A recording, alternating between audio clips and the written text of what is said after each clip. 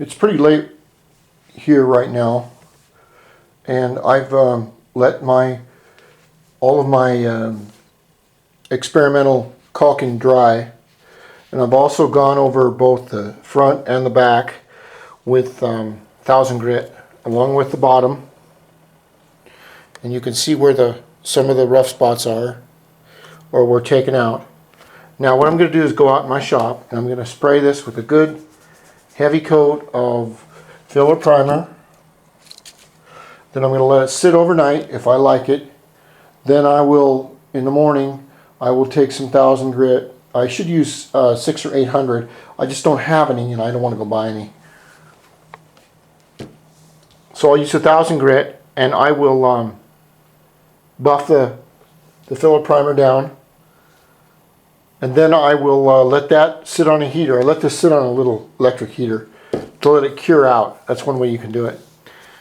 Then I'll put the primer sealer on there, and I'll wait until it gets warmer to paint it. Or I don't know, maybe I will, maybe I won't. And then I'll use this black paint.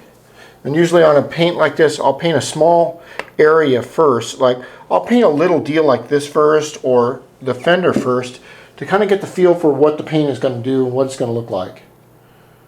So that'll be that's the first part of this video, and the second part is we're going to do the final finish on the final priming on the gyro engine cover. It's just about done. Okay, I'm going to prime it. Alright, now the front fender's been painted, and we'll look at that in a moment. I mean painted, I'm sorry, it's primed. Very close to finished. On the body panel, this has all been sanded, and it's ready to go. As far as, we'll give it one good coat of filler primer. Now, when you're going to paint, you should have an idea of how you want to paint. First thing is, we don't want to tip the paint this way, because what will happen is you'll get a dry spot because it'll stop. You want to be able to go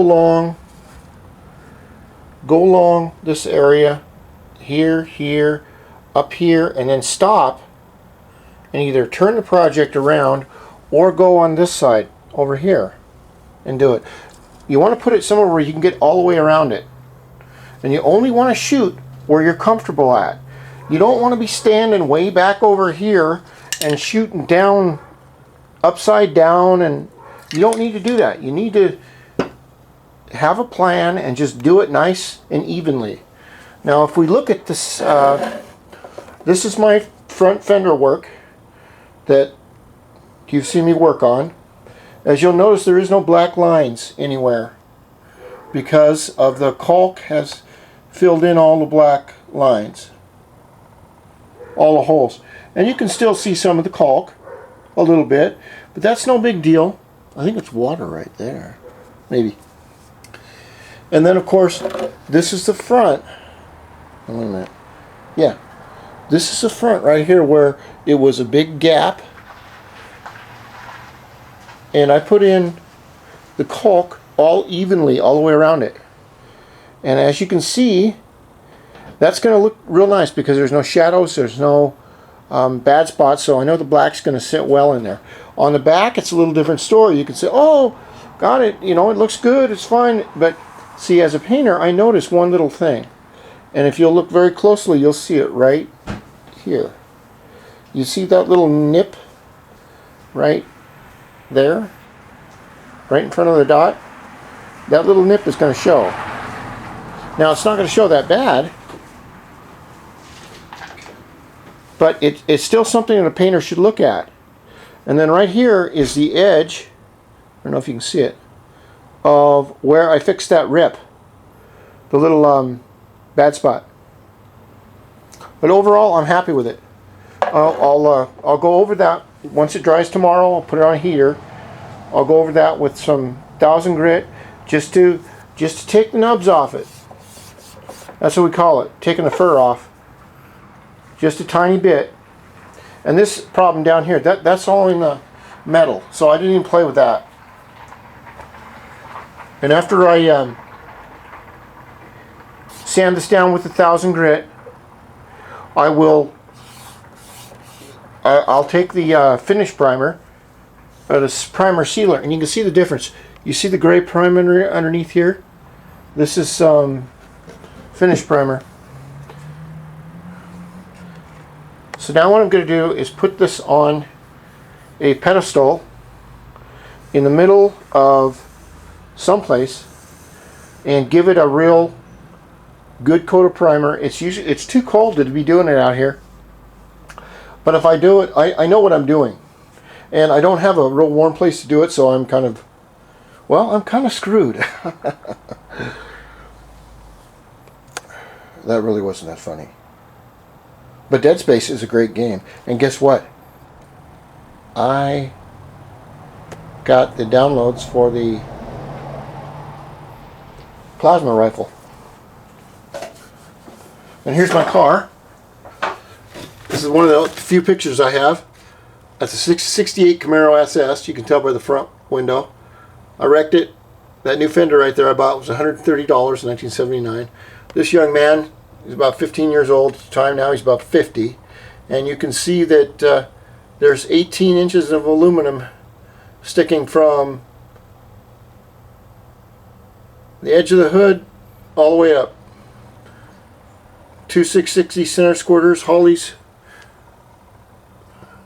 3-inch Krager drive, 671 blower, weigh-in intake. I had a lot of fun. I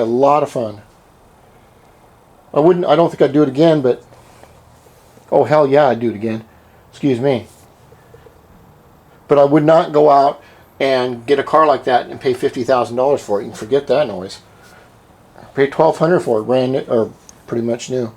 Alright, I'm gonna paint this and put this on a heater, and we'll take a look at it tomorrow and see what it looks like. And just remember that auto body is about practice. It's about molding things. And if you have someone that believes in you, that's what a lot of these young painters, their problem is that once you start to rip into a paint job or on a car or something like that, you're committed. And they're so afraid they're going to screw it up, or they just don't have the self-confidence. And that's what I would like to try and give you. And maybe my son will respect that one day.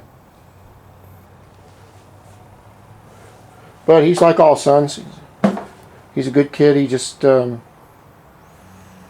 doesn't know how lucky he's got it, because there's a lot of boys out there, a lot of young guys out there, they don't have fathers, or they got a hell of a life living in fear, and he just doesn't know how lucky he's got it. Okay, I'm going to post this and I'm going to shoot the final coat on that. We'll see what we got.